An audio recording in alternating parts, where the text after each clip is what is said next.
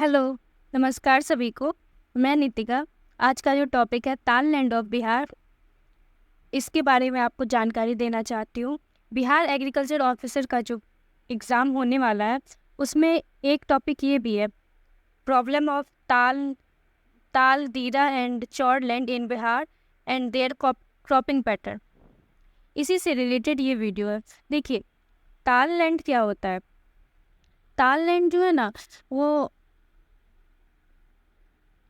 एक कटोरी टाइप का, ठीक, जैसे है ना कि एक कटोरी टाइप का, इस टाइप का डिप्रेशन होता है जो कि मेनली साउथ बिहार में मिलता है। जैसे ये गंगा अगर बह रही है, ठीक, तो गंगा का जो ये साउथ वाला जो रीजन है ना, ठीक, इसमें ये रीजन, ये सॉसर शेप जो डिप्रेशन है ये मिलता है। इसी को ताल लैंड कहते हैं। आपने सुना होगा एक झील है कांवड़ ताल, जो कि बेगूसराय में मिलता है। ठीक, वो क्या है, वो भी एक ताल लैंड का ही एग्जाम्पल है, जो कि सबसे बड़ा, एशिया का सबसे बड़ा ऑक्सबो लेक है। ये फॉर्म क्यों होता है, ताल लैंड क्यों फॉर्म होता है? जैसे रिवर है, आपको पता है कि गंगा बहुत मीएंडरिंग करती है। मीएंडरिंग से मतलब है कि वो अपना पाथ चेंज करते रहती है। ठीक, आज इधर बह रही है तो कल ऐसे बहेगी। ठीक, और हो सकता है कि ये कल को ऐसे भी बह जाएगी। तो ये वाला जो लैंड है, ये कट जाएगा उससे, और ये ऑक्सबो लेक का फॉर्म करता है। इसी तरह ये डिप्रेशन जो है, इधर वाला जो रीजन है, ये सब सॉसर शेप हो जाता है, मतलब कि एक कटोरा टाइप का डिप्रेशन बन जाता है लैंड में। उसी को ताल लैंड कहते हैं। उसके बाद देखिए, जैसे ये बिहार का मैप है, ठीक, यहाँ एक चौसा रीजन है जहाँ से गंगा बिहार में इंटर करती है। उसके बाद कटिहार का जो मनिहारी वाला रीजन है, वहाँ से एग्जिट कर जाती है। अब इसके पैरेलल, ये जो गंगा गई, इसके पैरेलल साउथ में, जैसे ये वाला रीजन है ना, इसके बहुत ही क्लोजली, ठीक, आपको ताल लैंड देखने को मिलता है। मुकामा ताल जो है सबसे बड़ा ताल है, वो मतलब कि 7 डिप्रेशन का कंटिन्यू 7 डिप्रेशन है उसमें। यहाँ से भोजपुर में भी मिलता है ताल लैंड। ठीक, साउथ वाले जितना भी डिस्ट्रिक्ट है जो कि गंगा से सटा हुआ है, सारे में आपको ताल लैंड दिखेगा। यहाँ तक कि भागलपुर है, नालंदा है, पटना में भी ताल लैंड दिखने को मिलता है। अब देखते हैं कि ताल लैंड जो होता है उसका सॉइल कैसा होता है, सॉइल का क्या कैरेक्टरिस्टिक है। अब देखिए, ताल लैंड जो होता है, रिवर अपना सेडिमेंट जमा करती है। ठीक, सेडिमेंट के जमा करने से होता क्या है, मतलब रिवर का जो किनारे वाला जो पोर्शन है, जैसे ये रिवर है, इसके किनारे बहुत सारा सेडिमेंट हो जाता है। ठीक, रेनी सीजन है, ठीक, रेनी सीजन में रिवर चौड़ी हो जाती है। मान के चलिए यहाँ सेडिमेंट जमा हो गया, ठीक, इधर सेडिमेंट जमा, रिवर अब सक्रिय हो गई, तो सक्रिय होने के बाद ये यहाँ सेडिमेंट जमा करेगी, ठीक, इस एरिया में।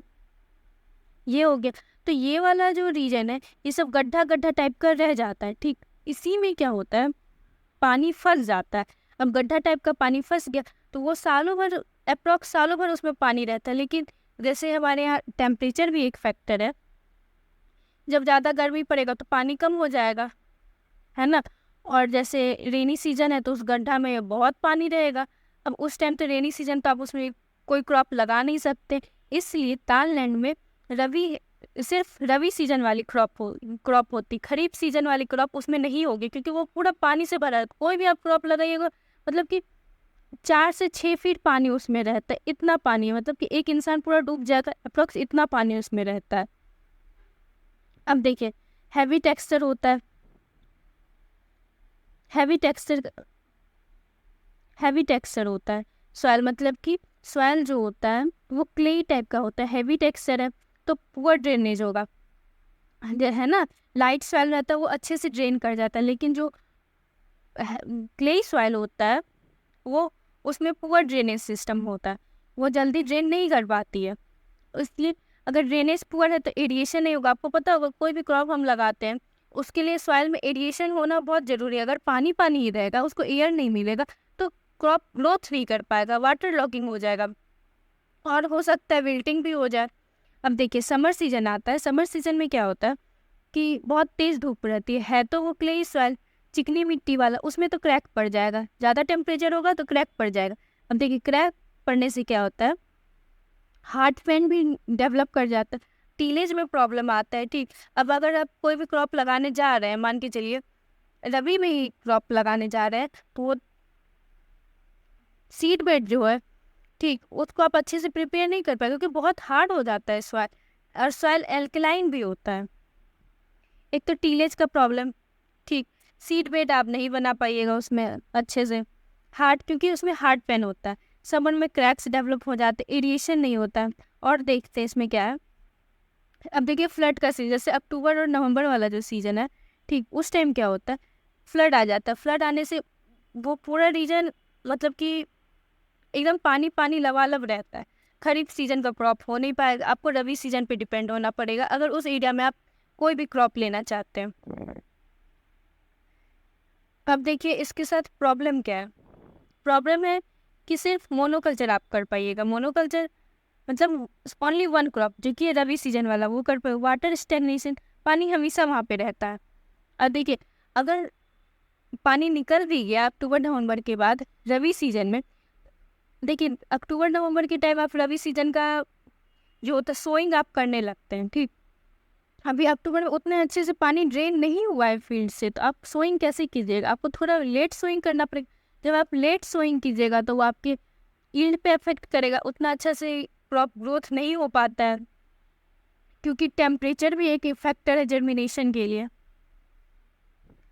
अब है कि क्रॉप सिलेक्शन, कि आप कैसा क्रॉप सिलेक्ट कीजिएगा। अब कोई भी नॉर्मल क्रॉप तो आप नहीं लगा सकते, कि ये भी देखना पड़ेगा वहाँ पे, मतलब कि एरिया थोड़ा सा दलदली टाइप का है, आलू आलू लगा दिए तो प्लांट्स जैसे होता है ना कि बहुत सेंसिटिव है, तुरंत गल जाएगा, है ना। तो इसके लिए आपको क्या लगाना पड़ेगा, दाल जो होता है, दाल वाला जितना प्लांट होता है, अरहर हो गया, मूंग हो गया, उड़द, वो सब होता है ना, वो सब प्लांट थोड़ा सा मतलब कि वाटर लॉगिंग से वो स्टैंड कर जाता है, ठीक, वो सह लेता है वाटर लॉगिंग को, तो वो सब टाइप का क्रॉप आपको इसमें लगाना पड़ेगा। अब थोड़ा सा क्रॉपिंग पैटर्न भी देख लेते हैं इसका क्या है। देखिए या तो आप चिकपी लगा सकते हैं या लेंटिल्स। चिकपी हो गया क्या, चिकपी चना वाला दाल, चना दाल और मसूर दाल, ये आप लगा सकते हैं। उसके साथ अगर आपको मिक्स क्रॉपिंग करना है तो उसके लिए आप वीट भी लगा सकते हैं। ठीक, जैसे वीट है ना, जो अपलैंड एरिया है, मान के चलिए ये गड्ढा है, ठीक, ये जो अपलैंड वाला एरिया है, ठीक, ये वाला रीजन और ये वाला रीजन, इसमें आप चाहे तो वीट मिक्स करके भी चिकपी और लेंटिल के साथ लगा सकते हैं। ये वीट तो रबी सीजन का ही क्रॉप है, पता होगा, ठीक, और रबी मेज भी लगा सकते हैं। मेज वैसे खरीफ मेज भी लगता है, रबी मेज दोनों लगता है, लेकिन क्या तो खरीफ में तो हमेशा पानी भरा रहता है, तो इसमें आप मेज लगा नहीं पाइएगा खरीफ वाला। तो इसके लिए वहाँ के लोग जो है, जो ताल रीजन में जो फार्मिंग करते हैं, वो प्रीफर करते हैं रबी मेज लगा ले, ताकि उनका जो कॉस्ट है वो थोड़ा सा निकल जाए। बस आज के लिए इतना ही है, और तो कुछ भी नहीं है इसमें, ठीक। और नेक्स्ट जो लेक्चर आएगा वो आएगा दीरा लैंड पे, उसके बाद एक चौड़ वाला जो लैंड है, ठीक, वो भी मैं बता दूंगी, और मन वाला भी लैंड बता दूंगी, दोनों का क्रॉपिंग पैटर्न जो है। इसके लिए आपको करना क्या पड़ेगा, चाहते हैं वीडियो आप देख पाए, सबसे पहले आपको सब्सक्राइब करना पड़ेगा ताकि आपको नोटिफिकेशन मिल जाए। मैंने और भी वीडियो बनाया हुआ है, आप मेरे चैनल पे जाके देख सकते हैं। एटलीस्ट सब्सक्राइब जरूर कर दीजिएगा। Thank you.